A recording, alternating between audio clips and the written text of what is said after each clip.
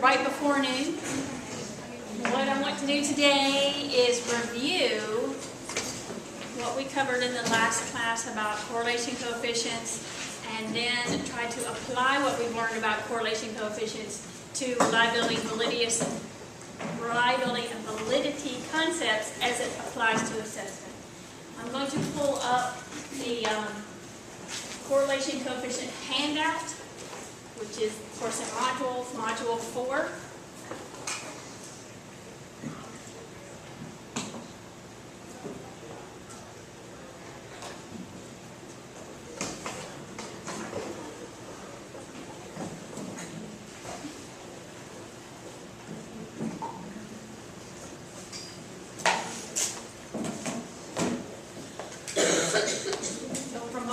Yesterday, we learned there's two types of correlation coefficients, named after two guys. What are those? Pearson and Spearman. Brilliant. We use the Spearman if we have what type of data?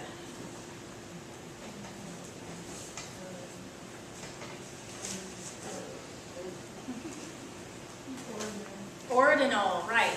Let's kind of go back. What were the four scales of measurement? Nominal, ordinal, interval, and ratio. No oil in rivers. Nominal, ordinal, interval, and ratio.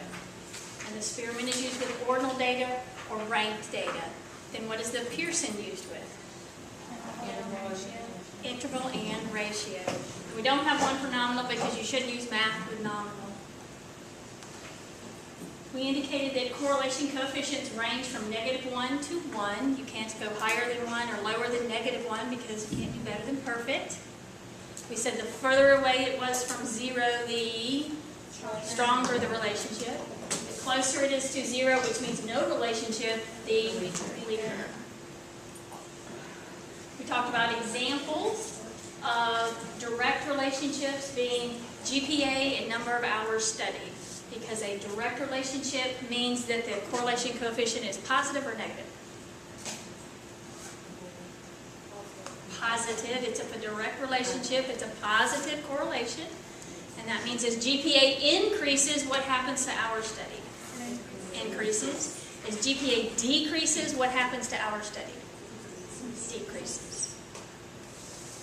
Know the difference between the strength of a relationship of 0.9 and -0.9. Which one is stronger? Neither. It's a trick question, right? Because they're both as equally as far from 0. So the positive 0.9 simply means it's a direct relationship. One variable increases, the other will also increase. Decrease goes with decrease.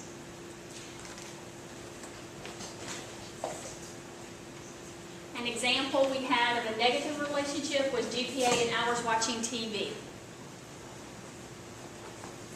And we call a negative relationship what? Inverse. Good. And that means as GPA decreases, what happens to the other variable? Hours watching TV increases. Or GPA increases, hours watching TV then decreases. Closer to the weaker. And I have an example of a very weak relationship. Let's say that we're looking at the relationship between the darkness of someone's hair and their GPA.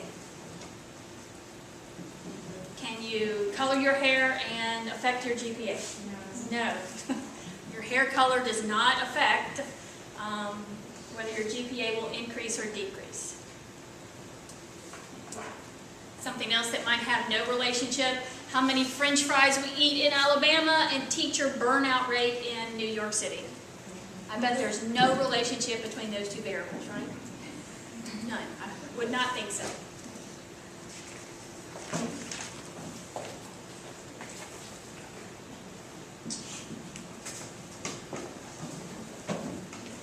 So, to summarize, whether it is positive or negative does not indicate the strength. It only indicates whether it's direct or inverse. The strength is determined by how close or far away it is from 0.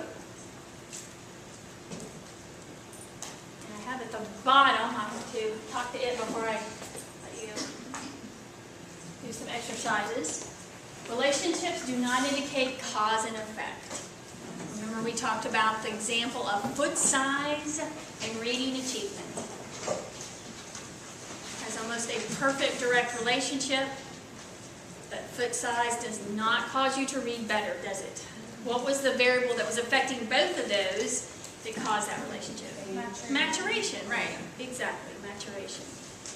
The media loves to do this. They will talk about relationships, and then the public thinks it must be cause and effect. So don't be fooled again by the media. Don't be fooled again by that. 60 Minutes had an entire show on drinking wine and heart disease. Very long time ago. I was still in graduate school. So, yeah. We did have running water then, but it was a pretty long time ago.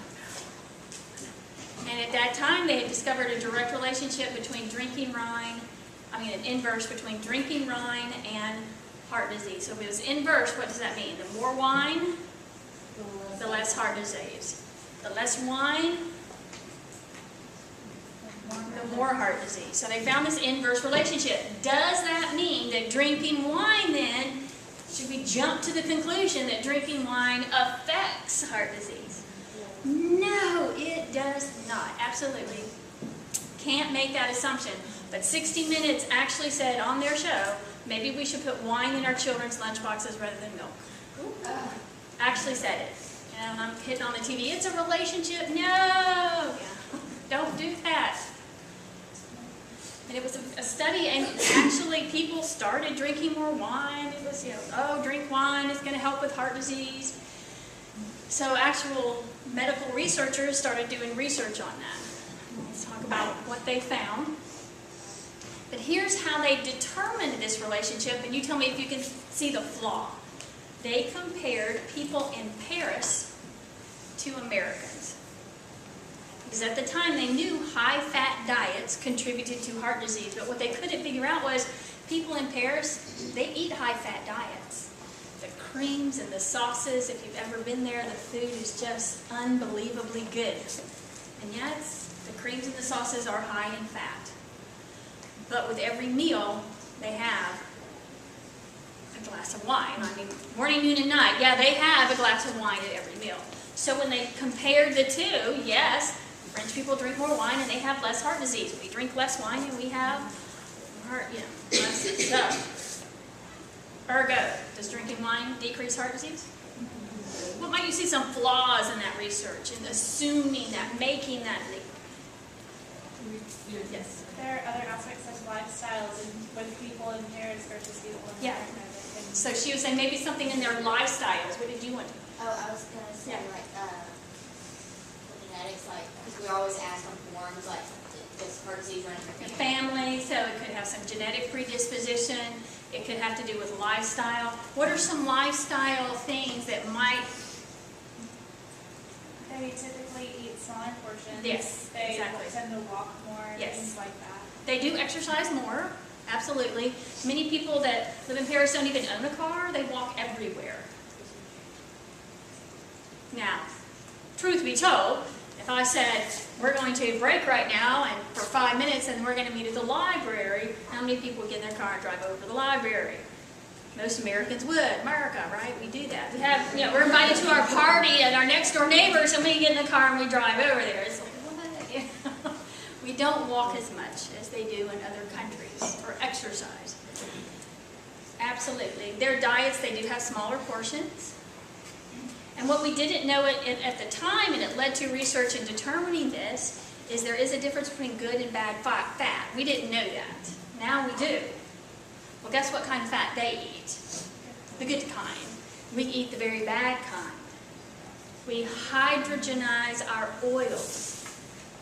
Heard of that? Go to the machine, buy anything in the machine, look at it and say partially hydrogenated oils.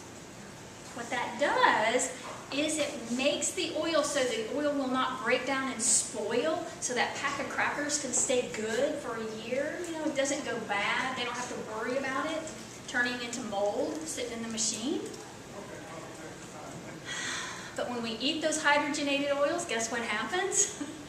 They don't break down, just like they don't break down, outside of the body, so they sit in our arteries and veins. And eventually, if you pour enough oil down your drain in your sink, the sink's going to do what? Clog up. You eventually put oils in your bodies that are partially hydrogenated. They don't break down. They sit in the arteries and the veins. And depending on where that clot happens, you have a heart attack or stroke. Right? That's why the big push to get rid of hydrogenated oils. And the more McDonald's and fast foods goes to Europe, guess what's happening to their heart disease? It is increasing, catching up, because they're eating the hydrogenated and the bad type of fats. They exercise more, they eat the good kind of fats. Yes, they drink wine with every meal, but you know what they also drink with every meal? Big bottled water. Absolutely. So that is something that's extraordinarily good for the body. It does get rid of the toxins that we don't do. We don't drink enough water.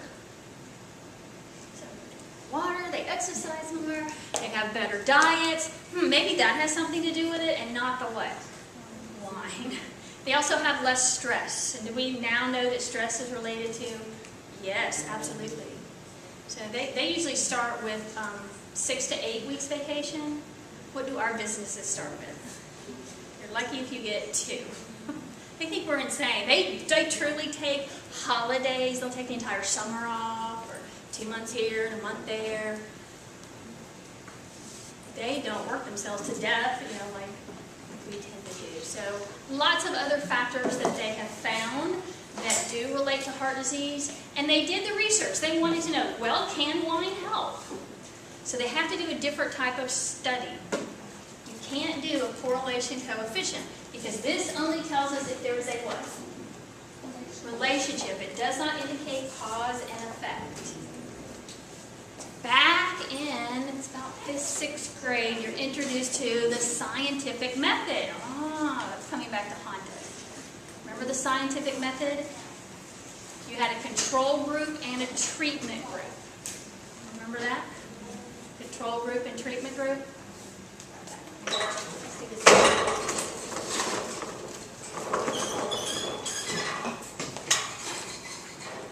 Chalk. So a true experimental design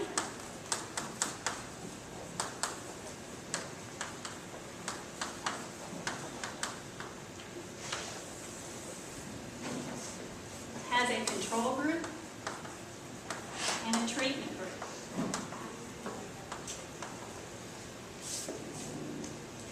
Do we have a control group and a treatment group when we do a correlational study? No, we just have 2 or more what? Starts with a V.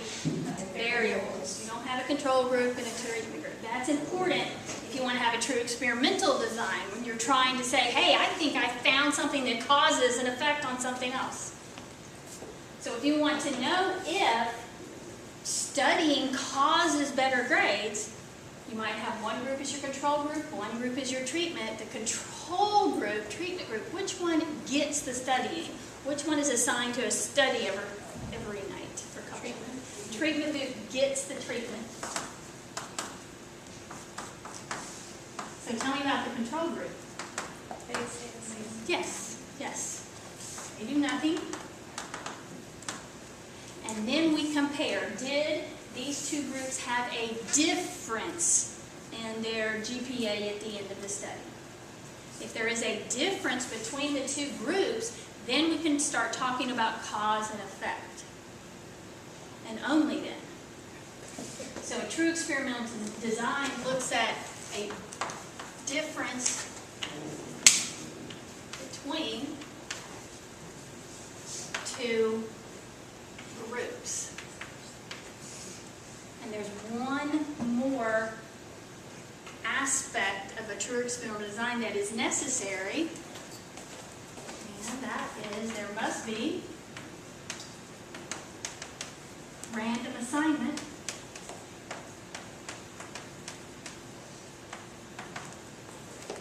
to the groups. There has to be random assignment to the control group and the treatment group. What do you think of when you think of the word random?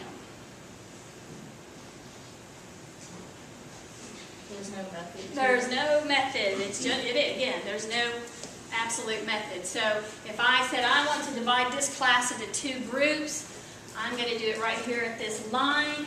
Everyone on this side of the room is group 1, everyone on that side of the group is group 2, and you're group 1 and you're group 2 because you're right in the middle. Is that random? It is not. You know why it's not random? Anyway? Is it because you know who's on either side of the line? Exactly. Did you have any chance of being in group 2? No. Did you have any chance of being in group 1? Did not. So it's not random. In order for a study to be random, every person had to have an equal and independent chance of being in the control group or the treatment group. It has to be totally random. Yes.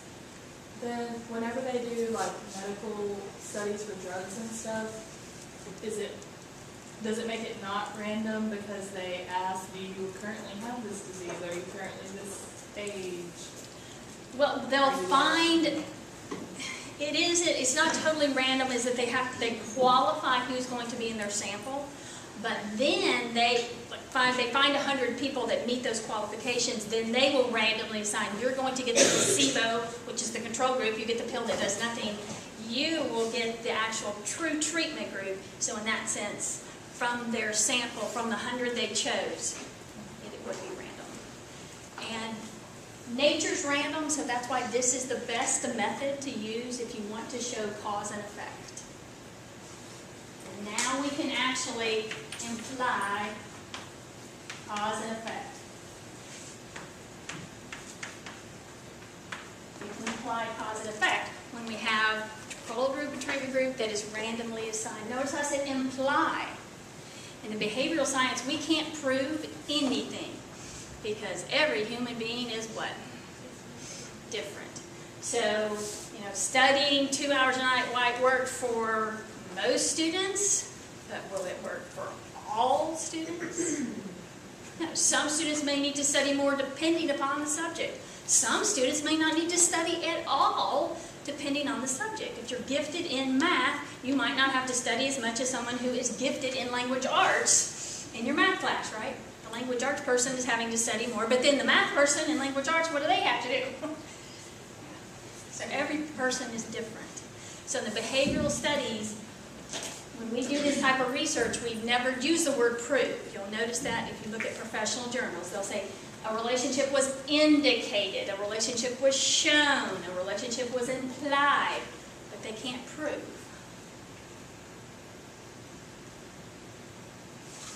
So going back to, well, why can't we prove with a correlation coefficient?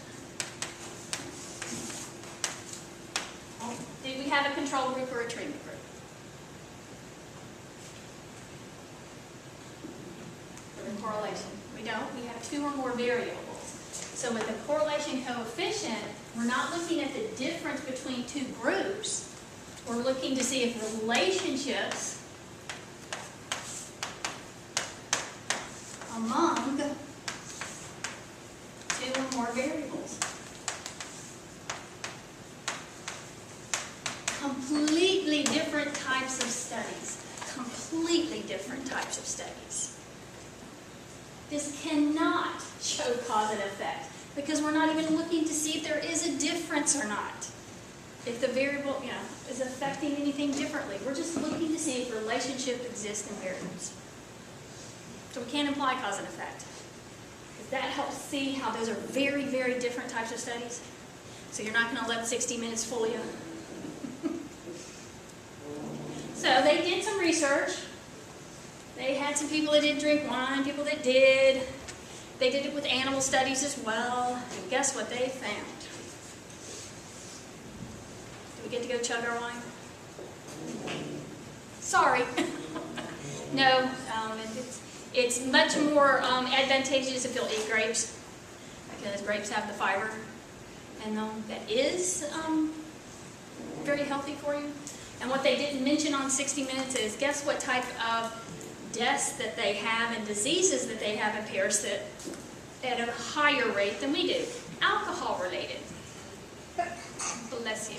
So they have more alcoholism and more diseases, liver disease, throat cancer, those type of things that are related, alcohol-related type diseases at a higher rate. So probably the last thing we need to do now is add what? One, we don't want to catch up with them, right? We need to add the exercise and less stress and drink more water and those type of things. Great. Diet. Okay, don't want the media to fool you. I don't want you to think relationships are cause and effect. Finding a relationship can lead to studies that, determine whether it's cause and effect or not. Questions?